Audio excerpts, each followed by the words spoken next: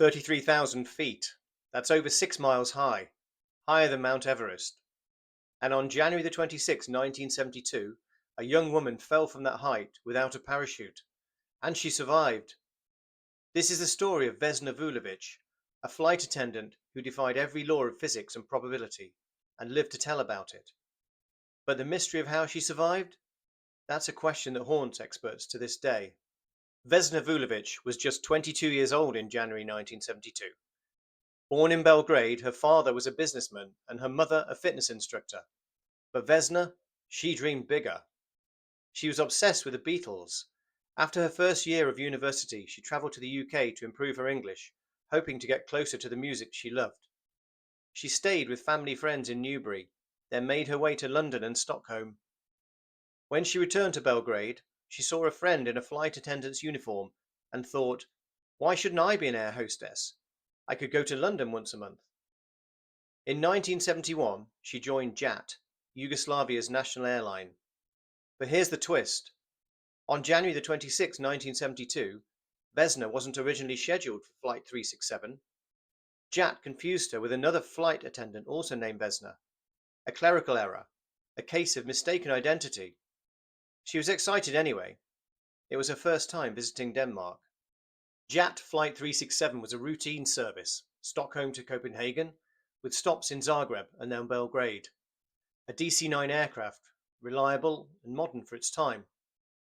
The crew arrived in Copenhagen on the morning of January the 25th, a full day before the fatal flight. They had the entire afternoon and the following morning to themselves. Vesna wanted to go sightseeing.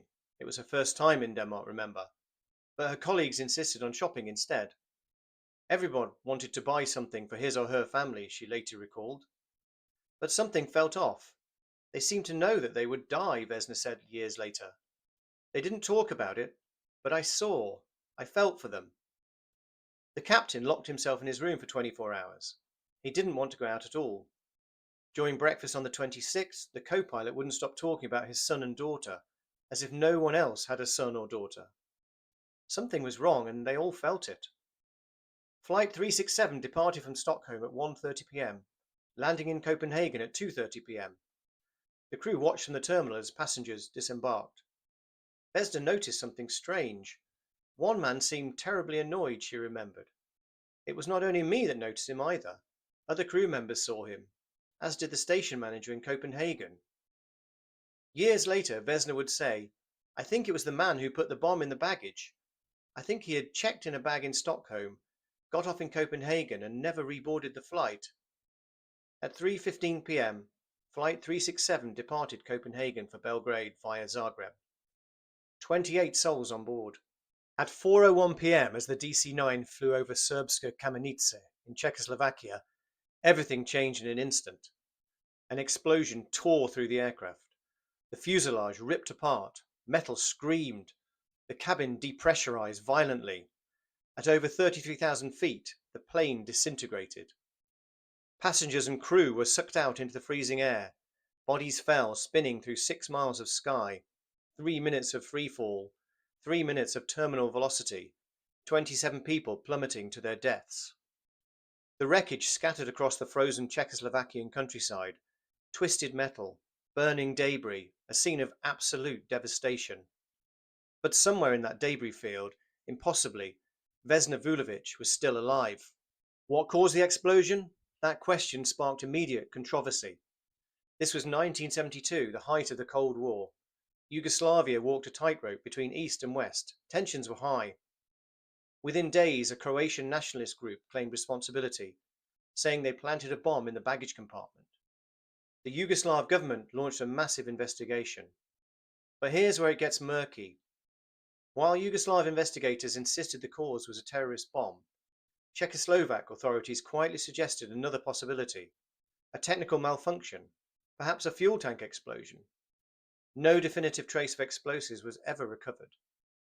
Many reports remained classified and witnesses offered conflicting accounts. In later decades, some experts began to wonder whether the bombing claim had been shaped more by Cold War politics than by hard evidence. Whatever the truth, one thing was certain.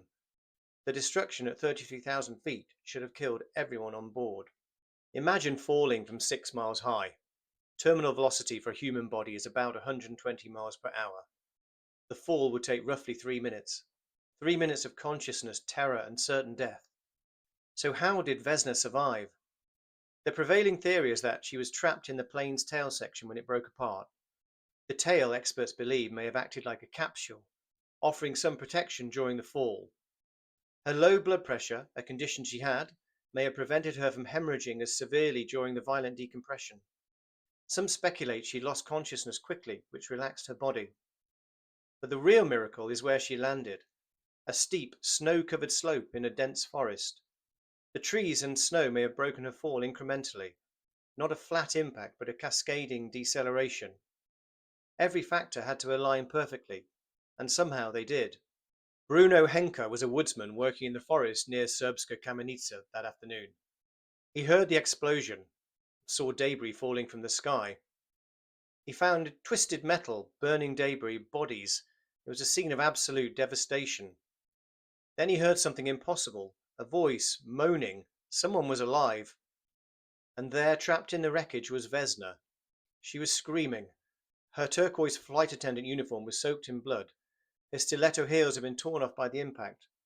Broken, bleeding, barely recognizable, but alive. Conscious even. Bruno had been a medic during World War II. Those skills learned a decade earlier now saved Vesna's life.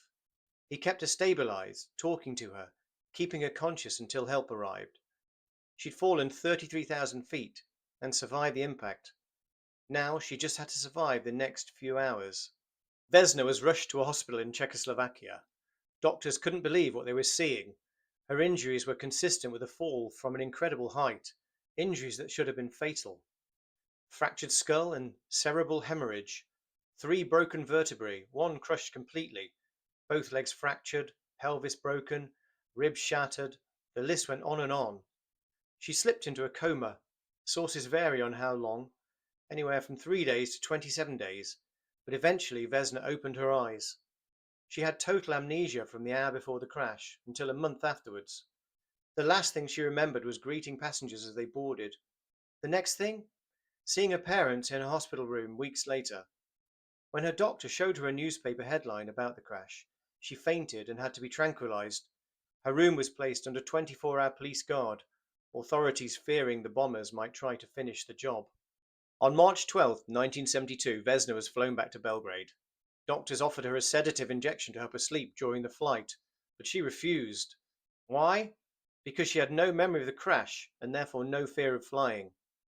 The road ahead was brutal, months of surgeries, physical therapy, and learning to move again. At first, she could only move her left leg, but 1 month later, her right. Vesna was stubborn. She attributed her recovery to her Serbian stubbornness and, oddly enough, a childhood diet that included chocolate, spinach, and fish oil. After her initial hospital stay, she recuperated at a seaside resort in Montenegro, where doctors visited every few days. In total, she spent 16 months recovering. Within 10 months, she'd walk again. Her spine was permanently twisted, leaving her with a limp for life, but she was walking.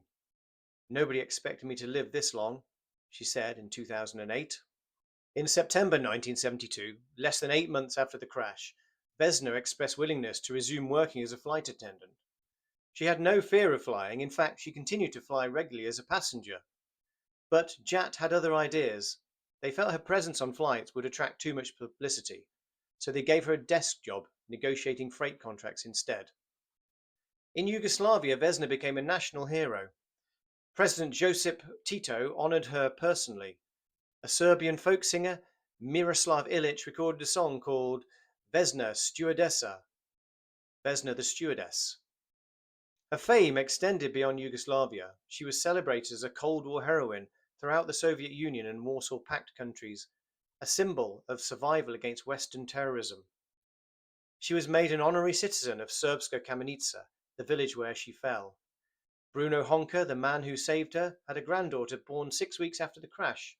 He named her Vesna. In 1985, Guinness World Records officially recognized her for surviving the highest fall without a parachute, 10,160 meters. The presentation? At a London gala. And the presenter? Paul McCartney, one of her beloved Beatles. Vesna's parents both died within a few years of the crash. In 1977, she married mechanical engineer Nicola Breaker after a year of dating. She wanted children, but her injuries left lasting complications, and whilst doctors told her she might still be able to conceive, she was never able to have children. In the early 1990s, they divorced. Vesna blamed her chain smoking, which her husband disapproved of, but it was also a time of incredible turmoil in her country. Yugoslavia was tearing itself apart, and Vesna, the woman who'd survived the impossible, wasn't going to stay silent. Vesna spoke out against Serbian leader Slobodan Milosevic. She joined anti-government protests, and in the early 1990s, JAT fired her for it. She avoided arrest only because the government feared the negative publicity. Firing a national hero was one thing. Imprisoning her, that would be too much. Pro-Milosevic tabloids launched a smear campaign against her. They claimed Flight 367 had been shot down by a Czechoslovak missile, that she'd fallen from a much lower altitude, that her record was propaganda, that her survival was a lie. But Vesna kept protesting. Throughout the 1990s, she was in the streets demanding change. When Milosevic was finally ousted in the bulldozer revolution of October 2000, Vesna was among the celebrities on the balcony of Belgrade's City Hall, making victory addresses to the crowds below. She later campaigned for the Democratic Party, advocating for Serbia's entry into the European Union. She believed it would bring economic prosperity to her struggling country. But the mystery of how she survived remains. In 2009, two Prague journalists claimed that Flight 367 had actually been shot down by the Czechoslovak Air Force at just 800 meters, not 10,000 meters. They suggested the whole thing was a Cold War cover-up. Czech aviation authorities dismissed this as a conspiracy theory. The evidence was purely circumstantial. Guinness World Records still lists Vesna's fall at 33,000 feet. When asked about these claims, Vesna shrugged. "I have no memory of the event," she said. "I cannot confirm or deny the allegations." She turned to religion for comfort, becoming a devout Orthodox Christian. She declined therapy, saying her ordeal had made her an optimist. "If you can survive what I survived," she said, "you can survive anything." But she also admitted to struggling with survivor's guilt. "Whenever I think of the accident, I have a prevailing grave feeling of guilt for surviving it, and I cry. Then I think maybe I should not have survived at all." In her final years, Vesna lived alone in a Belgrade apartment on a pension of the equivalent of just €300 per month. The Yugoslav airline she'd worked for, gone, and the country she'd been born in, also gone. But she was still here. She grew tired of telling her story. She declined interviews from Oprah Winfrey and the BBC. "I'm tired of discussing my fall," she said. By her 60s, her deteriorating health prevented her from attending annual commemorations at the crash site, events she'd attended for decades. In December 2016, Vesna's friends grew concerned. She'd stopped answering her phone. On December 23rd, locksmiths forced open her apartment door. They found her body. She'd been struggling with heart problems for years. Vesna Vulović was 66 years old. Natural causes, finally, after surviving something that should have killed her 44 years earlier.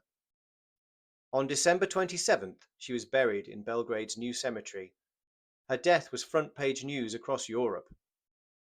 On January 26, 1972, Vesna Vulović survived a catastrophic mid-air disaster at cruising altitude. The exact circumstances remain disputed, but the fact that she lived when 27 others didn't, that is beyond dispute. She didn't see herself as lucky. "I don't know what to say to people when they say I was lucky," she remarked. "Life is so hard today." She lamented that her parents might not have died prematurely if she hadn't been on that flight. "The incident not only ruined my life, but also those of my parents." But she also gave us this: "If you can survive what I survived, you can survive anything." The woman who fell from heaven. The woman who refused to be silenced by trauma or dictators. The woman who lived 44 years on borrowed time. Vesna Vulović, 1950 to 2016. If you've enjoyed the incredible story of Vesna Vulović, please like and subscribe to Tube Tales